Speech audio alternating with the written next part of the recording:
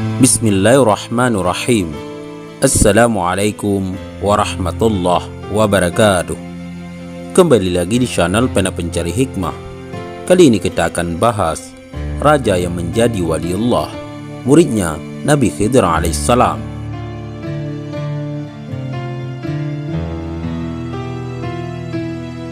Jangan lupa sukai video ini, komen, dan berlangganan, serta bagikan video ini agar bermanfaat bagi semua.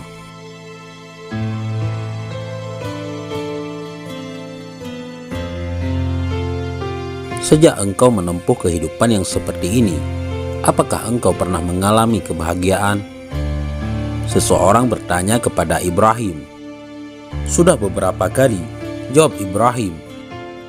Pada suatu ketika, aku sedang berada di atas sebuah kapal dan nahkoda tak mengenal diriku. Aku mengenakan pakaian yang lusuh dan rambutku belum dicukur. Aku sedang berada dalam suatu ekstasi spiritual. Namun, tak seorang pun di atas kapal itu yang mengetahuinya. Mereka menertawai dan memperolok-olokkanku. Di atas kapal tersebut, ada seorang pembadut. Setiap kali ia menghampiriku, ia menjambak rambutku dan menampar tengkukku. Pada saat itu pula, aku merasakan bahwa keinginanku telah tercapai, dan aku merasa sangat bahagia karena dihinakan sedemikian rupa. Tanpa terduga-duga, datanglah gelombang raksasa. Semua yang berada di atas kapal khawatir kalau mereka akan tenggelam. Salah seorang di antara penumpang harus dilemparkan keluar agar muatan jadi ringan. Teriak jurumudi. Mereka segera meringkusku untuk dilemparkan ke laut. Tetapi untunglah seketika itu juga gelombang mereda dan perahu itu tenang kembali. Pada saat itu pula mereka menarik telingaku untuk dilemparkan ke laut. Itulah aku merasakan bahwa keinginanku telah tercapai dan aku merasa sangat berbahagia. Dalam peristiwa yang lain, aku pergi ke sebuah masjid untuk tidur di sana. Tetapi orang-orang tidak mengizinkan aku tidur di dalam masjid tersebut, sedang aku sedemikian lemah dan letih sehingga tak sanggup berdiri untuk meninggalkan tempat tersebut. Orang-orang menarik kakiku dan menyeretku keluar. Masjid itu mempunyai 3 buah anak tangga. Setiap kali membentur anak tangga tersebut, kepalaku mengeluarkan darah.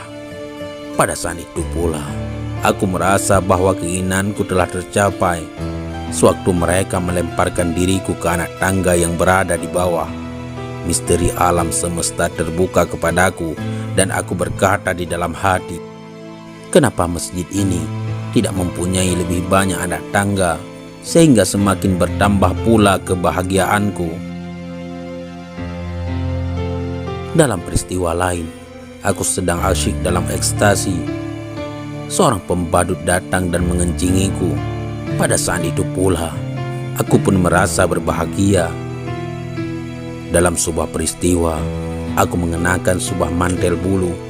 Mantel itu penuh dengan kutu yang tanpa ampun lagi menggayang tubuhku. Tiba-tiba aku teringat akan pakaian bagus yang tersimpan di dalam gudang. Tetapi hatiku berseru, mengapa? Apakah semua itu menyakitkan? Pada saat itu aku merasa bahwa keinginanku telah tercapai. Sahabat Pena Pencari Hikmah, Ibrahim berkisah. Pada suatu hari ketika aku sedang mengarungi padang pasir dan aku berpasrah diri kepada Allah. Telah beberapa hari lamanya aku tidak makan. Aku teringat kepada seseorang sahabat, tetapi aku segera berkata kepada diriku sendiri, jika aku pergi ke tempat sahabatku, apakah gunanya kepasrahanku kepada Allah? Kemudian aku memasuki sebuah masjid sambil bibirku bergerak-gerak mengumandangkan, aku telah mempercayakan diriku kepada Dia yang hidup dan tak pernah mati. Tidak ada Tuhan selainnya. Sebuah suara berseru dari langit, Maha besar Allah yang telah mengosongkan bumi bagi orang-orang yang berpasrah diri kepadanya. Aku bertanya, "Mengapakah demikian?" Suara itu menjawab, "Betapakah seseorang benar-benar berpasrah diri kepada Allah, melakukan perjalanan jauh demi sesuap makanan yang dapat diberikan sembarang sahabatnya, kemudian menyatakan, 'Aku telah memasrahkan diriku kepada yang hidup dan tidak pernah mati'? Engkau telah memberikan ucapan berpasrah kepada Allah kepada seseorang pendusta." Ibrahim juga berkisah, "Pada suatu ketika aku membeli seorang hamba. 'Siapakah namamu?' tanyaku kepadanya. 'Panggilanmu terhadapku,' jawabnya. 'Apakah yang engkau makan?' 'Makanan yang engkau berikan untukku makan.' 'Pakaian apakah yang engkau pakai?' 'Pakaian yang engkau berikan untukku kenakan.' 'Apakah yang engkau kerjakan?' 'Pekerjaan yang engkau perintahkan kepadaku.' 'Apakah yang engkau inginkan?' 'Apakah hak seorang hamba untuk menginginkan?' Jawabnya. 'Celakalah engkau,' kataku kepada diriku. 'Seumur hidup engkau adalah hamba Allah. Kini ketahuilah bagaimana seharusnya menjadi seorang hamba.' Sedemikian lamanya aku menangis, sehingga aku tidak sadarkan diri." Sahabat pena pencari hikmah, tak seorang pun pernah menyaksikan Ibrahim duduk bersila. "Mengapa engkau tak pernah duduk bersila?" tanya seseorang kepadanya.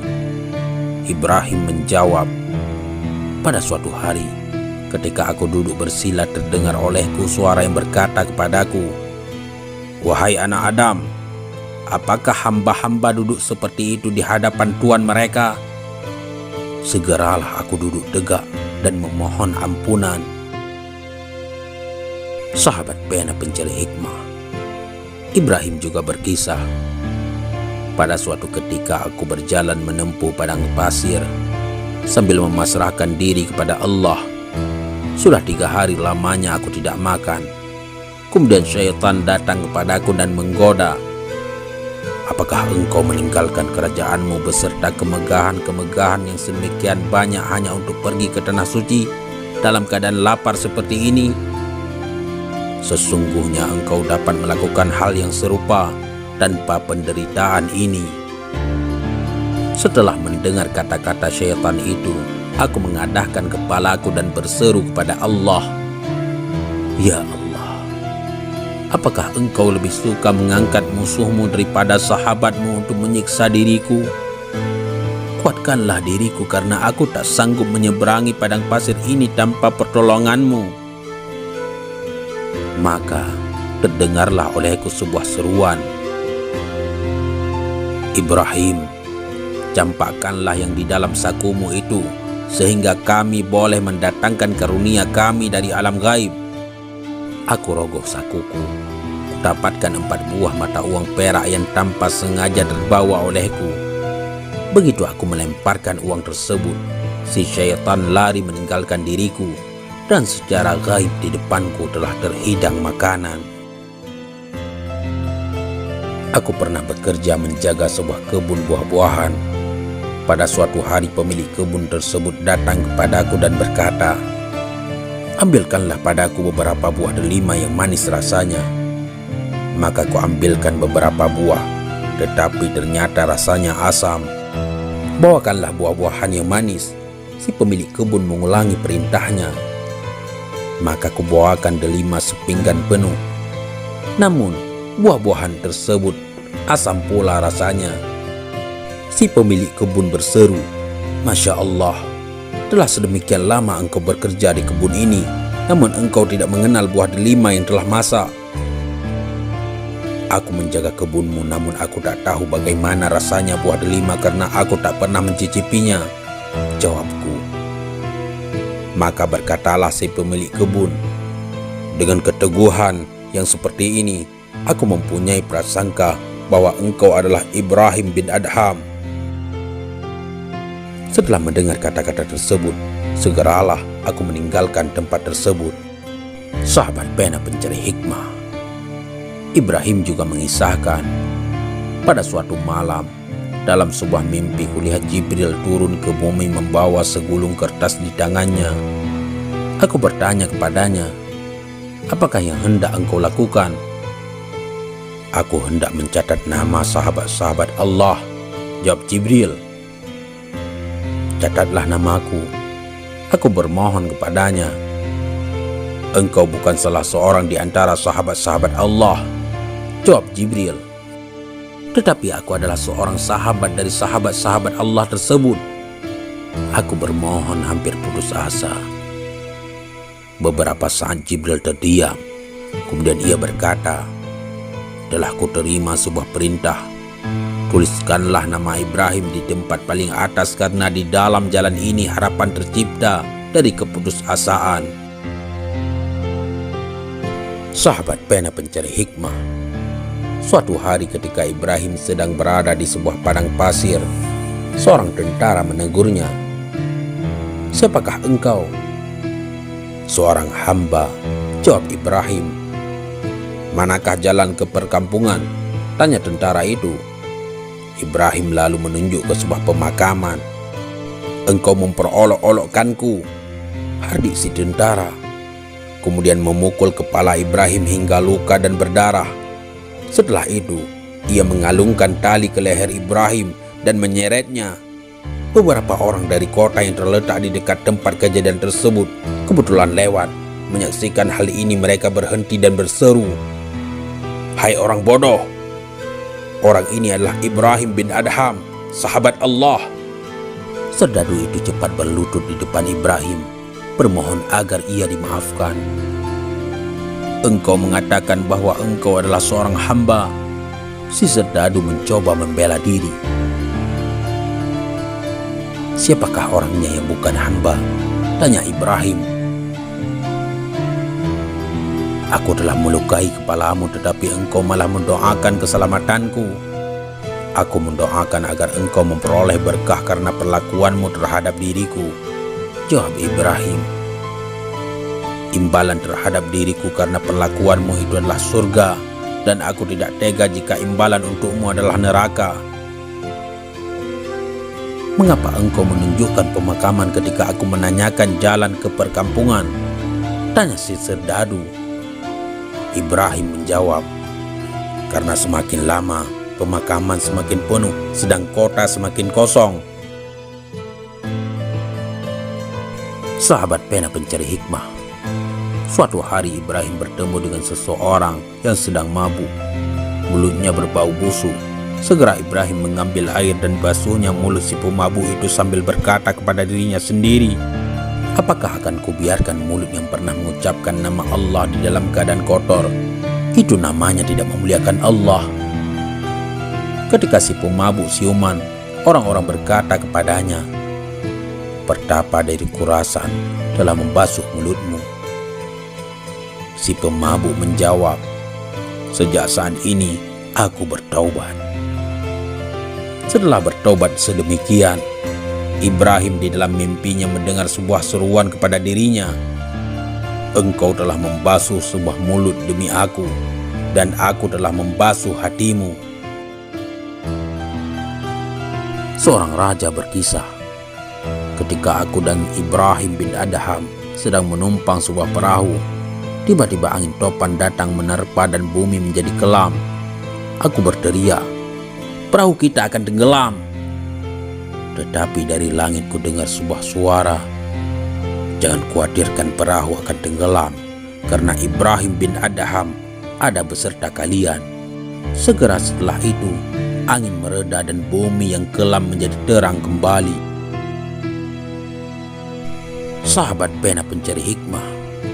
Ibrahim pernah menumpang sebuah perahu, tetapi ia tidak mempunyai uang. Kemudian terdengar sebuah pengumuman, setiap orang harus memberikan 1 dinar. Ibrahim segera salat sunat 2 rakaat dan berdoa, ya Allah, mereka meminta ongkos tetapi aku tak mempunyai uang. Mendadak lautan luas berubah menjadi emas. Ibrahim mengambil segenggam dan memberikannya kepada mereka. Suatu hari Ibrahim duduk di tepi sungai Tigris menjahit jubah tuanya. jarumnya terjatuh ke dalam sungai. Seseorang bertanya kepadanya, "Engkau telah meninggalkan sebuah kerajaan yang jaya, tetapi apakah yang telah engkau peroleh sebagai imbalan?" Sambil menunjuk ke sungai, Ibrahim berseru, "Kembalikanlah jarumku." Tidak lama kemudian, 1000 ekor ikan mendongakkan kepala ke permukaan air, masing-masing dengan sebuah jarum emas di mulutnya. Kepada ikan-ikan itu Ibrahim berkata, "Yang aku inginkan adalah jarumku sendiri." Seekor ikan yang kecil dan lemah datang mengantarkan jarum kepunyaan Ibrahim di mulutnya. Jarum ini adalah salah satu di antara imbalan-imbalan yang kuperoleh karena meninggalkan kerajaan Bag, sedang yang lain-lainnya belum engkau ketahui. Suatu hari Ibrahim pergi ke sebuah sumur. Timba diturunkannya dan ketika diangkat ternyata timba tersebut penuh dengan kepingan emas. Emas-emas itu ditumpahkannya kembali ke dalam sumur. Kemudian timba diturunkannya dan ketika diangkat ternyata penuh pula dengan butiran-butiran mutiara. Dan mutiara-mutiara tersebut ditumpahkannya pula. Kemudian Ibrahim berdoa kepada Allah, "Ya Allah, Engkau menganugerahiku dengan harta karun. Aku tahu bahwa Engkau Maha Kuasa, tetapi Engkau pun tahu bahwa aku pun tak terpesona oleh harta benda. Berilah aku air agar aku dapat bersuci." Suatu ketika, Ibrahim menyertai sebuah rombongan yang hendak berziarah ke tanah suci. Mereka berkata, "Tak seorang pun di antara kita yang mempunyai unta maupun perbekalan. Percayalah bahwa Allah akan menolong kita," kata Ibrahim. Setelah diam sebentar, ia menambahkan, "Pandanglah pohon-pohon di sana. Jika emas yang kalian inginkan, maka pohon-pohon tersebut niscaya akan berubah menjadi emas." Dan seketika itu pula, pohon-pohon tersebut dengan kekuasaan Allah yang maha besar berubah menjadi emas. Sahabat pena pencari hikmah, suatu ketika Ibrahim sedang berjalan dengan sebuah rombongan. Mereka tiba di sebuah benteng. Di depan benteng tersebut banyak terdapat semak belukar. "Baiklah, kita bermalam di sini, karena di tempat ini banyak semak belukar dan kita dapat membuat api unggun," kata mereka. Mereka pun menghidupkan api dan duduk di sekelilingnya. Semuanya memakan roti kering. Ketika Ibrahim sedang berdiri dalam salatnya, salah seorang di antara mereka berkata, "Seandainya kita mempunyai daging yang halal untuk kita panggang di atas api ini." Setelah selesai salat, Ibrahim berkata kepada mereka, "Sudah pasti Allah dapat memberikan daging yang halal kepada kamu sekalian." Setelah selesai berkata demikian, Ibrahim bangkit dan salat kembali. Tiba-tiba terdengar auman seekor singa yang menyeret keledai liar. Singa itu menghampiri mereka. Keledai itu mereka ambil, mereka panggang untuk kemudian mereka makan. Sementara si singa duduk memperhatikan segala tingkah laku mereka. Sahabat pena pencari hikmah, adakah manusia zaman sekarang yang rela meninggalkan gemerlap harta dan kedudukan tinggi kemudian hidup sederhana, bahkan kelewat sederhana seperti Ibrahim bin Adham, seorang raja Bag yang memilih sufi sebagai jalan hidupnya? Mudah-mudahan kisah ini bermanfaat. Assalamualaikum warahmatullahi wabarakatuh.